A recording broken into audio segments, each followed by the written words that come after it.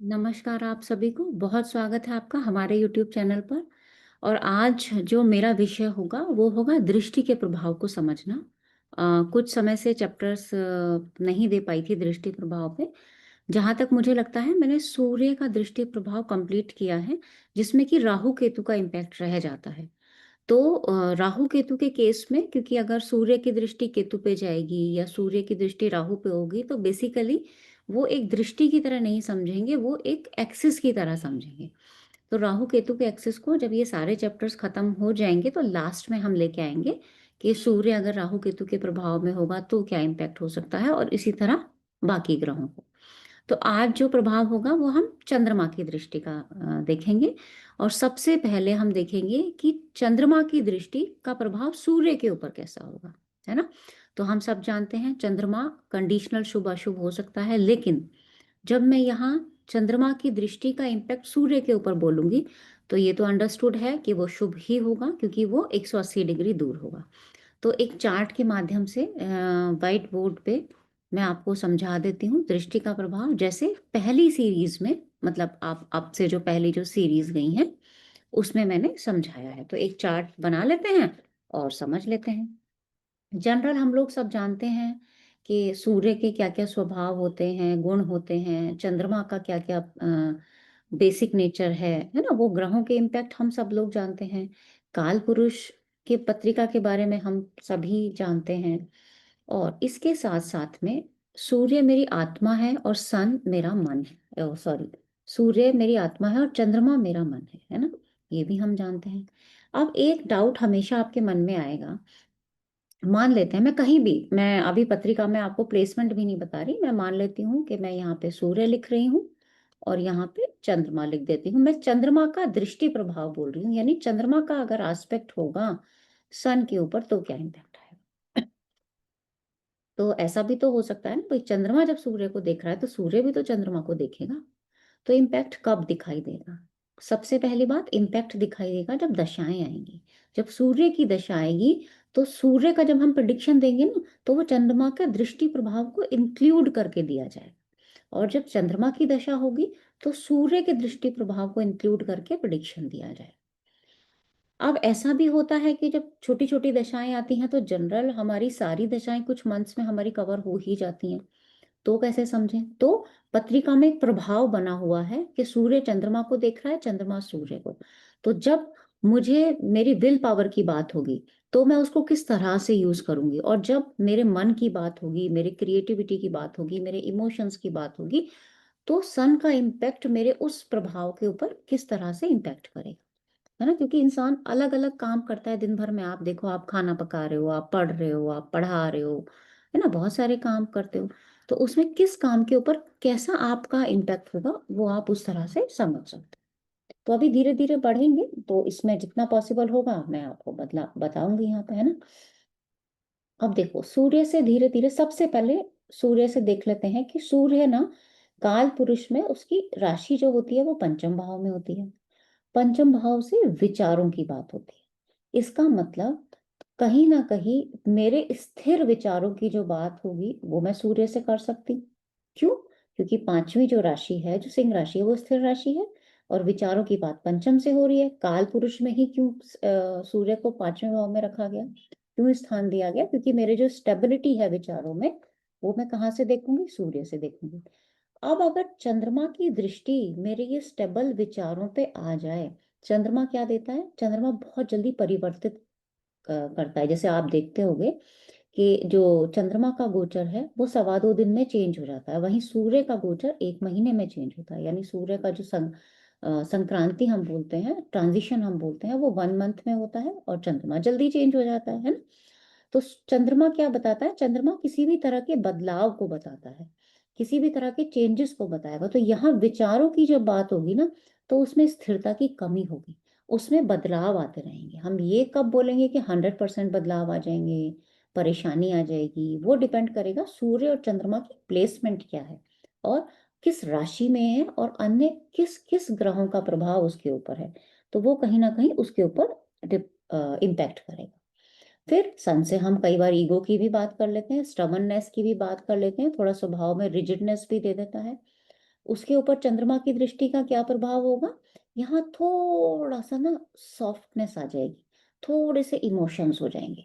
मान लेते हैं कि किसी के फादर या किसी के घर में कोई ऐसा मेंबर है जो थोड़ा सा गुस्से वाला है, उसकी हम पत्रिका देख रहे हैं, लगन में ही सूर्य बैठा है। अब जब यहाँ से चंद्रमा देखेगा ना, सातवीं दृष्टि से, या कहीं भी सूर्य बैठ प्लेस्ड हो आपका, तो वहां पे क्या होगा? गुस्सा हो सकता है कि दो बातें बोलने के बाद फिर गुस्सा शांत हो जाए, है ना, या सामने वाले की बात आप सुनो, ऐसा भी तो हो सकता है। तो वो रिजिडनेस जो होगी उस पर थोड़ा सा सॉफ्टनेस वहां पे आ जाएगी। और हम सन से क्या क्या बातें करते हैं? सन से हम इंटेलिजेंस की भी बात करेंगे। यहाँ इंटेलिजेंस आप जनरली मर्क्यूरी से सुनते हैं, लेकिन पांचवें भाव के बिना तो इंटेलिजेंस नहीं आनी। तो सन से हम इंटेलिजेंस को भी देखेंगे, हमारी क्रिएटिविटी को भी सन से देखेंगे। जो जो काल पुरुष के फिफ्थ हाउस से देखेंगे वो हम सन से भी देखेंगे। इंटेलिजेंस में, क्रिएटिविटी में यहाँ मैं इमेजिनेशन को इंक्लूड कर सकती हूँ, क्योंकि चंद्रमा क्या देता है? चंद्रमा मुझे वो कल्पना की शक्ति देता है। जैसे आप जैसे मेडिटेशन करते हो या आप गाइडेड मेडिटेशन जब करते हो, तो आपको क्या बोला जाता है कि आप अपनी आंखें बंद कीजिए, क्लोज योर आईज, और इमेजिन कीजिए कि आप ऐसे पहाड़ों पे हैं, आप सीढ़ियों से नीचे उतर रहे हैं, है ना। हिप्नोसिस में खासकर ये कराया जाता है। तो वो क्या है? वो आपको इमेजिन कराया जा रहा है किसी चीज का। तो यहाँ पे क्या होगा? आपके उस शक्ति के अंदर आप वो जो जो भी इंटेलिजेंटली जो भी आप काम कर रहे हो, उसमें आप अपनी इमेजिनेशन को इंक्लूड कर सकते हो। और इसके साथ साथ में ये आपके मेंटल पीस को भी बताता है चंद्रमा। क्यों? क्योंकि अभी तो चंद्रमा यहाँ पे शुभ है। तो मन से क्या हो, जब चैप्टर पढ़ो सूर्य की दृष्टि का प्रभाव चंद्रमा पे, तो अगर चंद्रमा के ऊपर सूर्य की दृष्टि यहाँ पे आएगी तो वो तो इंसान मन से ही राजा होगा ना। तो इसका मतलब यहाँ पे तो मेंटल पीस देगा। मेरी क्रिएटिविटी में, मेरी इंटेलिजेंस में एक मेंटल पीस भी होगा। और जो इंसान दिमाग से जितना शांत होगा, उसकी क्रिएटिविटी उतनी अच्छी हो सकती है। क्योंकि क्रिएटिविटी अच्छी होने के लिए दिमाग का शांत होना भी बहुत जरूरी है। ठीक है। और मुझे सन क्या दे सकता है? सन मुझे स्टेमिना दे सकता है, मेरी एक इम्यूनिटी अच्छी हो सकती है, मेरी हेल्थ अच्छी हो सकती है। क्योंकि सूर्य को हम आरोग्यता का कारक बोलते हैं, तो यहाँ हेल्थ की बात तो आनी ही आनी है। अब उस हेल्थ अच्छी में चंद्रमा क्या दे रहा है? चंद्रमा आपको पोषण दे रहा है ना। तो हो सकता है कि आपकी हेल्थ अच्छी है, और बेटर बनाने के लिए आप लिक्विड डाइट्स लेना स्टार्ट कर दो। अपना स्टमक ठीक रहे उसके लिए आप न्यूट्रिशन डाइट अपनी प्लान करो, है ना। ये भी हो सकता है। सूर्य क्या देता है? मेरे को एक क्लियर विजन देता है, एक दूरदर्शिता देता है, जिसकी बात हम फिफ्थ हाउस से ही करते हैं। उस विजन की क्लैरिटी में आप अपने सबकॉन्शियस माइंड को भी यूज कर सकते हो, है ना। क्यों? क्योंकि हम ध्यान जितना करेंगे, अपने सबकॉन्शियस माइंड को जितना जागृत करेंगे, जो हम बोलते हैं ना लॉ ऑफ अट्रैक्शन, बेसिकली वो है कुछ नहीं, कोर्सेज तो बहुत सारे चलाए हुए हैं, लेकिन देखा जाए तो वो हमारे मेंटल क्लैरिटी ही है। हम अपने सबकॉन्शियस माइंड को कैसे यूज कर रहे हैं, वो ही है वो सारी चीजें, है ना। तो उस तरह से आप ये समझ सकते हो। फिर अगर किसी सजीव की बात करें, जैसे हम अपने बॉस को भी देखते हैं सूर्य से, घर के हम कोई भी फादर फिगर हो या फादर को भी हम सूर्य से देखेंगे, तो उनके नेचर में भी थोड़ी सी ना फ्लेक्सिबिलिटी आपको दिखाई देगी। वो बदलाव पसंद करेंगे अपने जीवन में।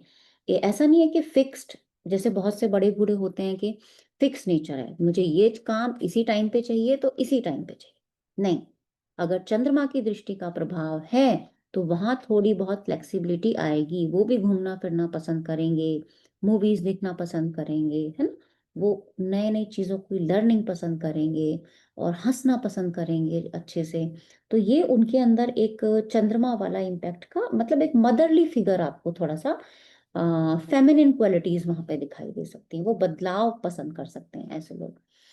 और हम इससे क्या कह सकते हैं, सूर्य से हम हायर एजुकेशन की या किसी भी चीज को सीखने की, समझने की बात भी करते हैं।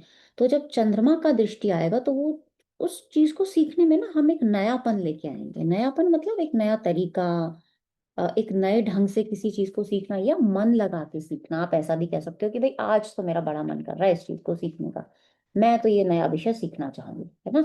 तो इस तरह से भी देख सकते हो। और क्या हो सकता है? अगर आपकी सरकारी नौकरी है या सरकारी नौकरी, बेसिकली सूर्य से मतलब उस जॉब से है जो जॉब आपको स्टेबिलिटी दे, जो भी जॉब आपको सिक्योरिटी। वो सरकारी नौकरी ही मानेंगे हम आज के परिवेश में देखेंगे। तो उसमें चेंजेस चेंजेस मतलब क्योंकि चंद्रमा की दृष्टि है, तो चंद्रमा क्या देगा, हो सकता है ट्रांसफरेबल जॉब हो आप, है ना, या आप खुद से ही कुछ दिन करो और कुछ दिन, या आपके करने के तरीके से आप सेम पैटर्न से बोर हो जाओ कि भाई ये सेम पैटर्न नहीं चाहिए मुझे, ना कुछ नया चाहिए। ठीक है, तो वो इम्पैक्ट भी हो सकता है। और सूर्य हमें नेम फेम भी देता है ना, ये तो हम भूल ही गए थे, नेम फेम देता है। तो नेम फेम में क्या हो सकता है कि चंद्रमा का अगर इम्पैक्ट आएगा तो वो क्या होगा कि नेम फेम के ना सपने देखोगे आप, चंद्रमा एक ड्रीम भी है, एक इमेजिनेशन भी है ना। तो नेम फेम के सपने देखना स्टार्ट कर देता है इंसान, वो खुद से ही अपने आप को राजा समझ बैठा है ना, तो वो नेम फेम की सपने भी देखेगा, स्टार्ट कर देगा ऐसी चीजें। तो जितना भी प्रभाव हम देख रहे हैं सूर्य के ऊपर, वो चंद्रमा की जो दृष्टि है, क्योंकि वो शुभ दृष्टि है, चंद्रमा हमारे इमोशंस को बता रहा है, चंद्रमा मेरे मेंटल क्लैरिटी को बता रहा है, पीस को बता रहा है ना। और चंद्रमा ध्यान रखिएगा कहीं ना कहीं अनप्रिडिक्टेबल नेचर को भी बताता है। क्यों? क्योंकि चंद्रमा कभी घटता है कभी बढ़ता है, उसका नेचर स्टेबल तो कभी हो ही नहीं सकता। अगर सूर्य के ऊपर चंद्रमा का प्रभाव है तो हो सकता है आपके फादर का, आपके बॉस का, फादर फिगर का नेचर अनप्रिडिक्टेबल हो, आप कभी उनको समझ ही ना पाओ अच्छे से। तो इस तरह का भी प्रभाव आपको देखने को वहां पे मिल सकता है।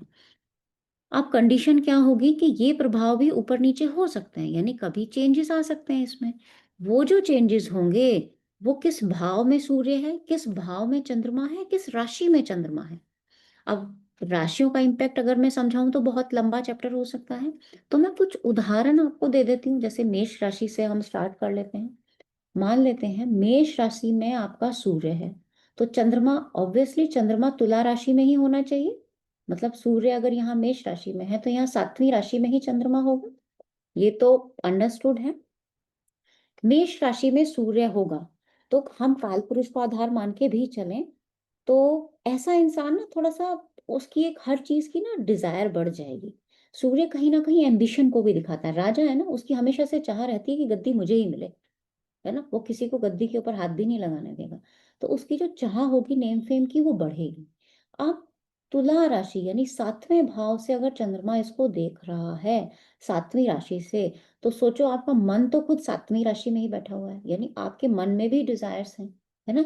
लेकिन अब जब यहाँ से देखेगा तो वो नेम फेम के लिए जितना हो सकेगा उतना संभव प्रयास जरूर करेगा, और मन से प्रयास करेगा, है ना। और अपनी कई इच्छाओं को, मन की बहुत सारी ऐसी इच्छाएं होंगी जिनको संतुलित करके उस चीज को, नेम फेम को प्राप्त करने का जरूरत से ज्यादा प्रयास करें। तो यहाँ थोड़ा सा ये इम्पैक्ट जो है ना वो राशियों के आधार पर चेंज हो जाएगा, क्योंकि दोनों राशि चर राशि है, सूर्य भी चर राशि में है और चंद्रमा भी चर राशि में है। चर राशि क्या बताती है? बदलाव। नेम फेम के लिए अगर कुछ असूलों को बदलना पड़ा तो हम वो भी बदलेंगे, हम रिजिड नहीं रहेंगे।